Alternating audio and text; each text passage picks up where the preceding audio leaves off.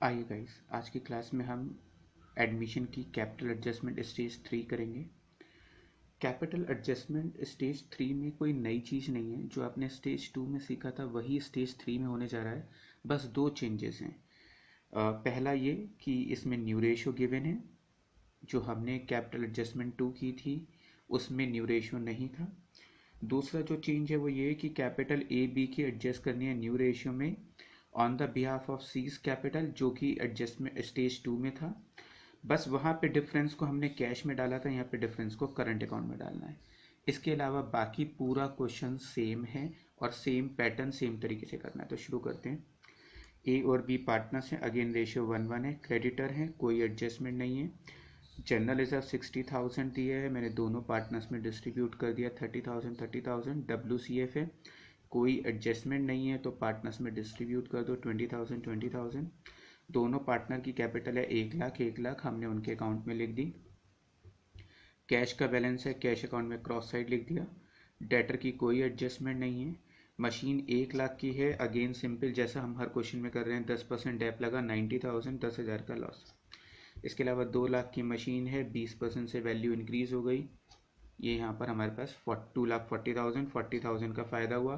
40 में से 10 गए 30,000, दोनों पार्टनर्स में बांटेंगे तो प्रॉफिट आ जाएगा 15,000 15,000। ये बैलेंस शीट की सारी आइटम कवर अप हो गई हैं। सी नया पार्टनर है, 1/5 के लिए एंट्री कर रहा है। 1,00,000 रुपये कैपिटल है तो हम कैपिटल यहाँ पे लिखेंगे 1,00,000। एक बार उसके अकाउंट में लिख देते हैं 1,00,000।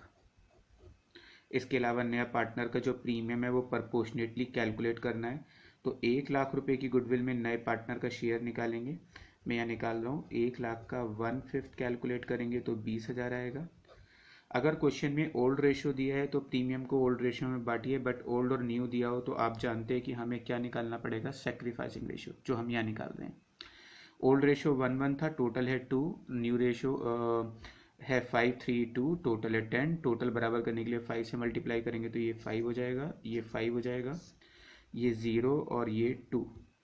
तो ऐसे में सेक्रीफाइसिंग रेशियो 0 और 2 है। इसका मतलब ए ने कुछ भी सेक्रीफाइस नहीं किया, सारा सेक्रीफाइस बी ने किया है। तो हम सारा प्रीमियम का पैसा जो भी हमने कैलकुलेट किया है वो सारा प्रीमियम का पैसा हम किसको हैंड ओवर कर देते हैं, केवल बी को। ए ने कुछ भी सेक्रीफाइस नहीं किया है इसलिए हम ए को कुछ भी नहीं देने जा रहे हैं, 0।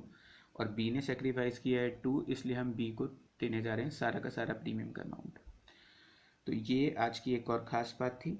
इसके अलावा एडजस्टमेंट नंबर 2 बिल्डिंग का पॉइंट, एडजस्टमेंट नंबर 3 मशीन का पॉइंट, 4th पॉइंट गुडविल जिसमें हमने उसका शेयर निकाला था, न्यू रेशियो का यूज़ हो गया।